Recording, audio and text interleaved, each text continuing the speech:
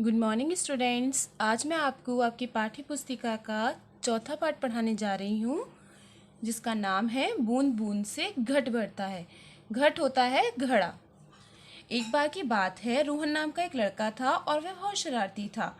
उसकी शरारतों से पूरे मोहल्ले के लोग परेशान रहते थे। वह शरारती होने के साथ साथ पढ़ाई और खेल कूद में भी काफ़ी अच्छा था। मतलब जो रोहन था वो शरारती तो बहुत था, लेकिन पढ़ाई में और खेल कूद में अच्छा था। उसकी शरारत के कारण पूरे मोहल्ले के लोग उसके पिता से उसकी शिकायत लेकर जाते थे। रोहन के पिता भी रोहन की शरारतों से बहुत तंग आ चुके थे। तंग मतलब परेशान आ चुके थे, जिसके कारण मोहल्ले के लोगों से अक्सर उनकी रोहन के पिता का झगड़ा होता रहता था। एक दिन रोहन के पिता ने रोहन को उसकी शरारत के लिए बहुत डांटा और बाहर खेलने जाने से मना कर दिया और घर पर ही पढ़ाई करने को कहा। ठीक है, रोहन घर पर ही पढ़ाई कर रहा था और उसके पिता टेलीविज़न देख रहे थे, यानी कि टीवी देख रहे थे। टेलीविज़न पर देश के प्रधानमंत्री मोदी जी का एक विज्ञापन आ रहा था, जिसमें वे देश को स्वच्छ रखने के लिए स्वच्छता अभियान के बारे में बता रहे थे। स्वच्छ मतलब देश को साफ रखने के लिए एक स्वच्छता अभियान के बारे में बता रहे थे। तभी रोहन की नज़र टेलीविज़न पर आ रहे मोदी जी के विज्ञापन पर पड़ी। वह बहुत ही ध्यान से मोदी जी के विज्ञापन को देखने लगा और उनके इस विज्ञापन से वह बहुत प्रभावित हुआ। उस दिन उसने मन में निश्चय कर लिया, मतलब उसने मन में ठान लिया कि अब वह भी मोदी जी के इस स्वच्छता अभियान से जुड़ेगा और देश को स्वच्छ रखने में उनकी मदद करेगा। दूसरे दिन रोहन सुबह उठा और मोहल्ले के सभी लोगों को इकट्ठा करके मोहल्ले में सफाई के लिए बोलने लगा। किंतु लोगों को लगा कि इसमें भी उसकी कोई शरारत होगी, क्योंकि वो शरारती तो था ही बच्चों। वह उनको परेशान करने के लिए यह सब बोल रहा है।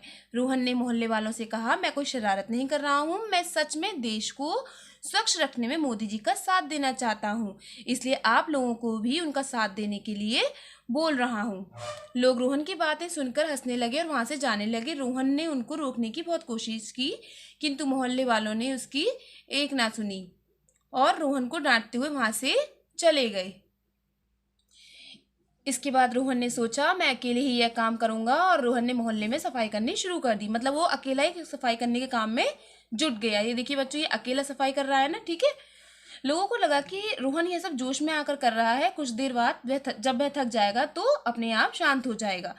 तीसरे दिन रोहन फिर से उठा और मोहल्ले में सफाई के लिए चल पड़ा। लोगों ने फिर उसे काम करते देखा तो सोचा कि यह कुछ दिन ऐसा करेगा, फिर थक कर अपने घर चला जाएगा, किंतु ऐसा नहीं हुआ बच्चों। वो लगातार सफाई करता रहा। रोहन को ऐसा करते करते 5-6 दिन हो गए और वह इस काम में जुटा रहा, यानी लगा रहा।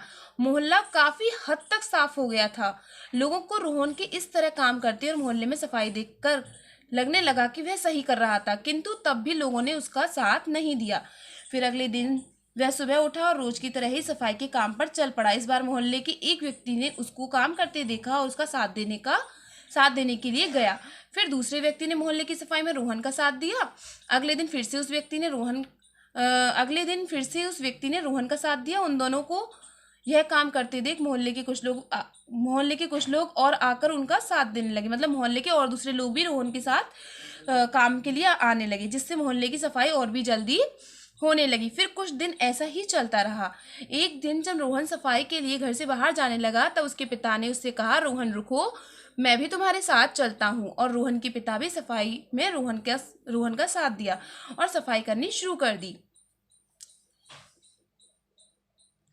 इस प्रकार एक एक करके मोहल्ले के सारे लोगों ने रोहन का साथ दिया और सभी सफाई के काम में जुट गए। बच्चों, आप देख सकते हैं इस चित्र में कि मोहल्ले के सारे लोग सफाई करने में लगे हुए हैं, ठीक है। मोहल्ले के सभी लोगों को उसका साथ देते देख उसे बहुत खुशी हुई।